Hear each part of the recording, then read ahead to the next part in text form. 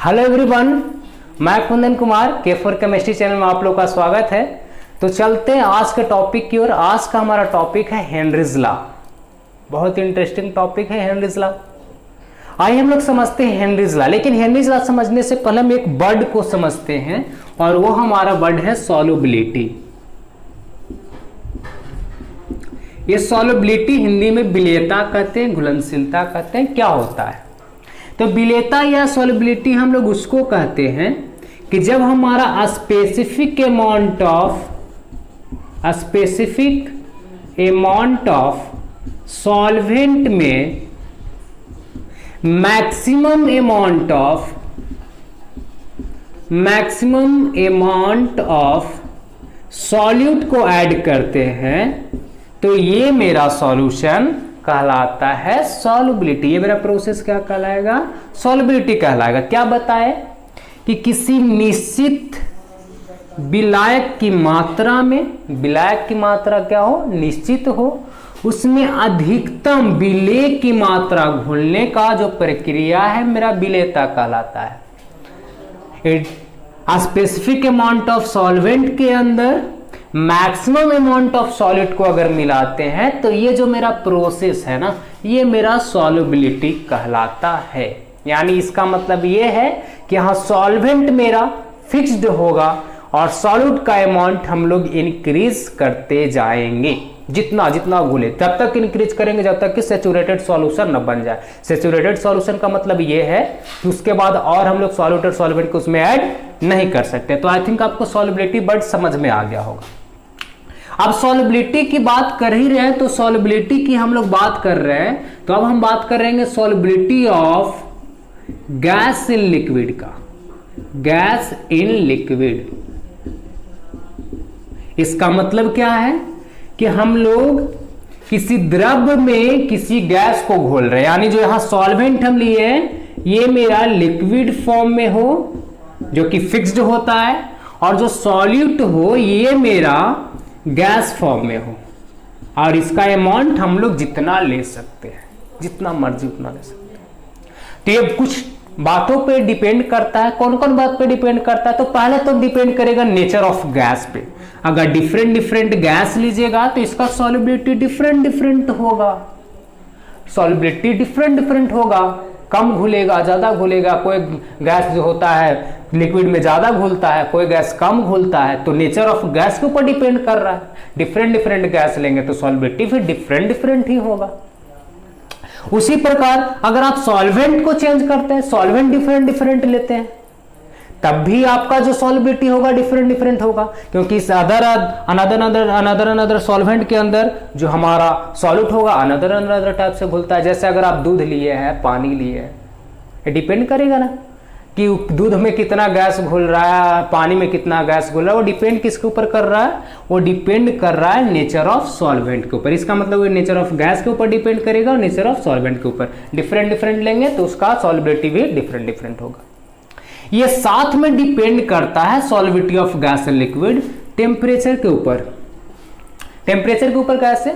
Gas को हम लोग किसमें घोल रहे हैं? गैस को घोल रहे हैं लिक्विड के अंदर। गैस को लिक्विड के अंदर घोल रहे हैं तो टेम्परेचर इंक्रीज कीजिएगा, जब आप तापमान को बढ़ाइएगा तो क्या होगा? सॉल्युबिलिटी घटेगा। क्यों?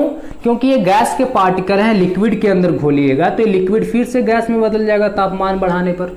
टेम्परेचर जैसे ही बढ़ाइएगा फिर से गैस में बदल जाएगा और गैस होकर के बाहर नहीं निकलने लगेगा। इसका मतलब है कि आप जब टेम्परेचर बढ़ाइएगा तो इसका जो सॉल्युबिलिटी होगा घटने लगेगा, कम घुलेगा। लेकिन यही क्या करते हैं, अगर तापमान को कम करते हैं, टेम्परेचर को डिक्रीज करते हैं, तो जो गैस होंगे वो इसके अंदर आकर के लिक्विड के अंदर जाकर के मिलेगा। यानी टेम्परेचर कम करने पर सॉल्युबिलिटी यहाँ क्या होगा? इंक्रीज होगा। इसका मतलब क्या हुआ बाबू कि जो टेम्परेचर होता है वो इनवर्सली प्रोपोर्शनल होता है solubility of gas and liquid के। जो मेरा टेम्परेचर होता है इनवर्सली प्रोपोर्शनल होता है solubility of gas and liquid का। यानी तापमान बढ़ाने पर solubility of gas and liquid घटेगा और तापमान घटाने पर solubility of gas and liquid बढ़ेगा। यह बात आपको समझ में आया? जो मेरा मेन पॉइंट और जिस पे डिपेंड करता है solubility of gas and liquid वो है प्रेशर। प्रेशर के ऊपर भी solubility of gas and liquid depend करेगा। देखिए गैस है मेरे पास, गैस है, और गैस को हम क्या कर रहे हैं, लिक्विड के अंदर घोल रहे हैं। तो जनरल कंडीशन में गैस जो होता है लिक्विड में बहुत कम मात्रा में घुलता है, बहुत कम अमाउंट में घुलता है जनरल कंडीशन में। जैसे वाटर ही है, हमारे एटमॉस्फेयर में बहुत सारे गैस हैं, तो वाटर में कितना गैस घुलता है, बहुत कम अमाउंट में घुलता है। लेकिन अगर आप क्या कर रहे हैं कि उसके साथ प्रेशर को इंक्रीज कीजिए, प्रेशर लगा रहे हैं, जो सॉल्यूशन आपने बनाया था लिक्विड और गैस का, लिक्विड में आप गैस को मिला रहे थे, तो इस गैस के साथ प्रेशर को लगाइए। तो अब जब इसमें प्रेशर लगेगा, जब इसमें प्रेशर लगेगा गैस के साथ, तो गैस का अमाउंट इसमें ज्यादा घुलेगा। प्रेशर लगाइएगा तो गैस का अमाउंट ज्यादा घुलेगा। इसका मतलब क्या हुआ कि आप प्रेशर जब लगा रहे हैं तो solubility of gas and liquid increase कर रहा है। दाब बढ़ाने के साथ साथ गैसों का द्रव में विलेयता क्या हो रहा है, इंक्रीज हो रहा है, बढ़ रहा है। इसका मतलब हम लोग क्या कह सकते हैं, कह ये सकते हैं कि जो प्रेशर होता है ये डायरेक्टली प्रोपोर्शनल होता है solubility of gas and liquid का।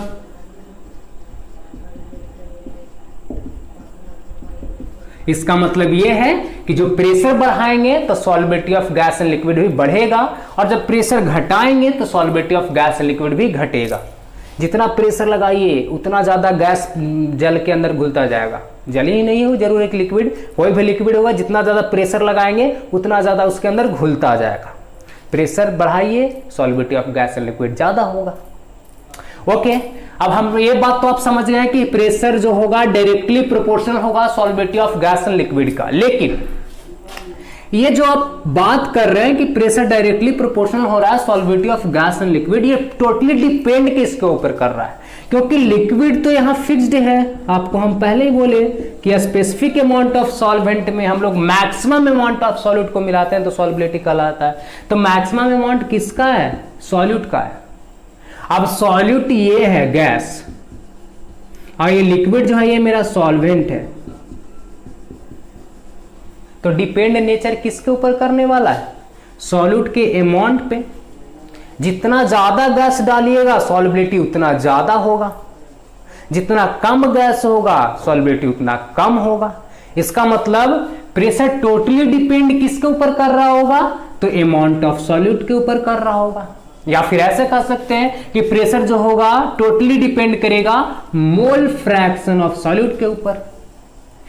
इसका मतलब हम लोग ये बात कह सकते हैं कि प्रेशर जो होता है डायरेक्टली प्रोपोर्शनल होता है मोल फ्रैक्शन ऑफ सॉल्यूट,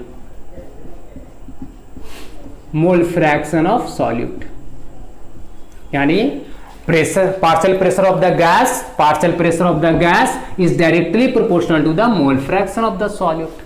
और हेनरीज ने भी यही बताया।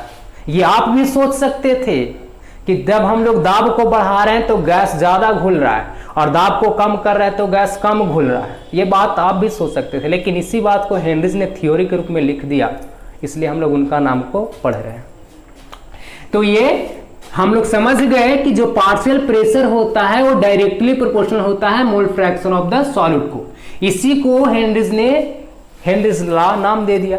यानी हेनरीज लॉ क्या है, तो हेनरीज लॉ उसे कहते हैं कि किसी कांस्टेंट टेम्परेचर पर, टेम्परेचर अगर क्या हो, कांस्टेंट हो, तो गैसों का जो पार्शियल प्रेशर होता है वो डायरेक्टली प्रोपोर्शनल होता है मोल फ्रैक्शन ऑफ द सॉल्यूट के, और इसी को हम लोग बोलते हैं हेनरीज लॉ। यानी according to this law at constant temperature partial pressure of the gas is directly proportional to the mole fraction of the solute, that is known as Henry's law।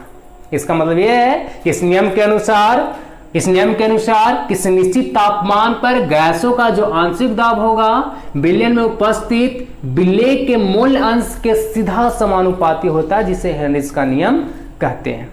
Henrys का नियम clear हो गया। अब आपको इससे equation निकालना तो आप लिख सकते हैं P इज इक्वल टू क्या हो जाएगा, प्रोपोर्शन हटाइएगा तो कुछ कांस्टेंट दीजिएगा, तो कांस्टेंट हम यहाँ पर KH दे रहे हैं, और into mole fraction of solute को हम लोग पिछले क्लास में मोल फ्रैक्शन वाला आप लोग वीडियो नहीं देखे हैं, तो जीटा बी होगा, जीटा बी से डिनोट करेंगे। आप लोग नहीं देखे तो पहले देख लीजिएगा, ये मेरा जीटा बी हो जाएगा, मोल फ्रैक्शन ऑफ सॉल्यूट। तो P is equal to KH into XB। अगर आपको नहीं मिला डिस्क्रिप्शन में लिंक है, वहां आपको मोल फ्रैक्शन करके मिल जाएगा। तो P is equal to KH into XB होगा, जहां KH क्या है, where KH is a Henry's constant।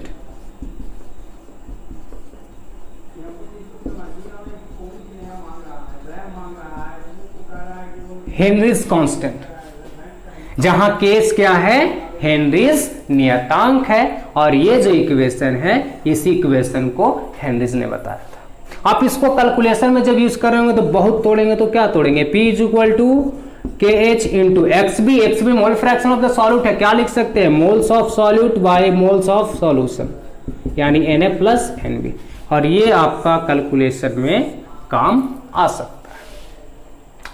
अब इसी से रिलेटेड एक क्वेश्चन है, जो क्वेश्चन हम लोग पिछले वीडियो में भी किए थे, उसी क्वेश्चन को थोड़ा सा बढ़ा देते हैं।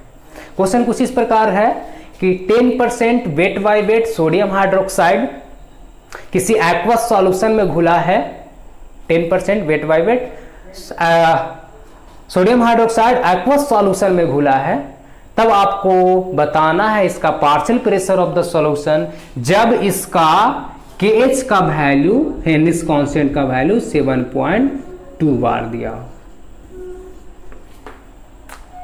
KH का वैल्यू दे दिया गया 7.2 बार, और क्या दिया गया, बोला गया 10% weight by weight, 10% weight by weight sodium hydroxide है जो कि एक्वस सॉल्यूशन में घुला, एक्वस का मतलब वाटर में घुला है, H2O के अंदर घुला हुआ है। तो अब यहाँ पर इसका मतलब क्या है, इस बात को आप समझिएगा, इस वर्ड को समझिए। इसका मतलब ये है कि 10% weight by weight sodium hydroxide है, इसका मतलब 10 ग्राम सोडियम हाइड्रोक्साइड है, ठीक है, और इसमें जो 90 ग्राम है वो 90 ग्राम H2O है, क्योंकि 100% टोटल होता है, 10 ग्राम सोडियम हाइड्रोक्साइड हो गया, 90 ग्राम मेरा H2O हो गया। तो मोल्स हम लोग दोनों का कैलकुलेट कर सकते हैं, तो मोल्स ऑफ NaOH क्या हो जाएगा, मोल्स हम लोग जानते हैं given weight by molecular wait, इसका गिवन वेट 10 ग्राम, और मॉलिक्यूलर वेट NaOH का 40 नहीं आता है, डिस्क्रिप्शन में है, आपका मिल जाएगा लिख मॉलिक्यूलर वेट निकालने के लिए। तो 10/40 ये 0.25 मोल, ठीक है। इसके बाद इसका मोल निकाल लीजिए NH2O, तो ये हो जाएगा given weight by molecular weight, given weight कितना, given weight 90, molecular weight H2O का 18 कट दिए 5 मोल, ये मेरा 5 मोल हो गया। अब वैल्यू इसमें पुट कर दीजिए, P आपको निकालना है, KH का वैल्यू दिया गया according to question 7.2 bar, into NB, NB क्या है, ये मेरा मोल्स ऑफ सॉल्यूट है, और सॉल्यूट मेरा यहाँ NaOH है, तो NaOH का मोल्स कितना है, 0.25 है, तो हम लोग लिखेंगे 0.25 y moles of solvent, Na क्या है, moles of solvent, moles of solvent मेरे पास कितना है, मोल्स ऑफ सॉल्वेंट 5 मोल है, तो हम लिखेंगे 5 प्लस NB कितना है, NB मेरे पास 0.25 है, तो 0.25 कैलकुलेट कीजिए इसको, तो P is equal to 7.2 into ये 25/525 आ जाएगा। आप समझ सकते हैं कैसे आएगा, कैलकुलेट तो इतना कर ही सकते हैं। पॉइंट देखिए जोड़ दीजिए, 0.25 आएगा ऊपर में, नीचे में 5.25 आएगा, पॉइंट हटा देंगे तो 25/525 हो जाएगा। इसमें से भी पॉइंट हटा दीजिए, नीचे में 10 आ जाएगा, काट दीजिए। अब इसको अगर हम काटे 5 दूनी 10, 5 5 25, 5 से इसको काटिए, 5 इकाई 5 और 0 5 5 25, 105। और क्या काट सकते हैं, इसको काट सकते हैं आप, नहीं काट सकते, चलो फिर से हम इसको काट के दिखा रहे हैं आपको। यहाँ 72/10 हुआ, यहाँ 25/525 हुआ, इसको डायरेक्ट 25 से काटो, 25 दूनी 50, 2 और 5, 25 इकाई 25, 21। इसका मतलब P इज इक्वल टू आया 72/210। इसको डिवाइड कीजिए, तो 72 आप यहाँ पे हम देख दे रहे हैं 72/210, पॉइंट दीजिएगा 0, 2 3 6, 3 बार में लगेगा, 0, 3 का 3, 3 दूनी 6, 0, 12 में से 3 गया 9, खत्म, 0, 2 चको 8, यानी मेरे पास इसका पार्शियल वेपर प्रेशर आएगा 0.34 बार। बार में क्यों लिखे हैं? क्योंकि केज का वैल्यू बार में, ये तो मोल मोल कट के खत्म हो गया, तो जो इसका यूनिट होगा वही इसका यूनिट होगा, तो इसका यूनिट 0.34 बार, यानी इसका वैल्यू 0.34 बार होगा। नाउ आपको ये बात समझ में आ गया कि हेनरीज लॉ किसे कहते हैं और उसका रिलेटेड क्वेश्चन हम लोग किस प्रकार सॉल्व करेंगे। तो आज के लिए इतना ही, बाकी हम नेक्स्ट क्लास में, आप लोग इस वीडियो को शेयर कीजिए। और हम कल भी बोले थे, आज भी बोल रहे हैं, बोर्ड एग्जाम स्पेशल के लिए ये रेगुलर वीडियो अपलोड होगा, जो टोटली इंपॉर्टेंट क्वेश्चन होगा, इंपॉर्टेंट टॉपिक होगा, जो बोर्ड एग्जाम में आता है, बहुत ज्यादा बार आता है। हेनरीज लॉ देख लो, बहुत बार एग्जाम में आया है, तो आपको लिए बहुत इंपॉर्टेंट है टॉपिक। आप इसको ध्यान से देखिए और रेगुलर देखिएगा। 15 मिनट से ज़्यादा का वीडियो तो होता नहीं है, 15 मिनट आप रेगुलर टाइम दीजिए, आपका केमिस्ट्री कंप्लीट हो जाएगा, उसका हम गारंटी देते हैं। Thank you.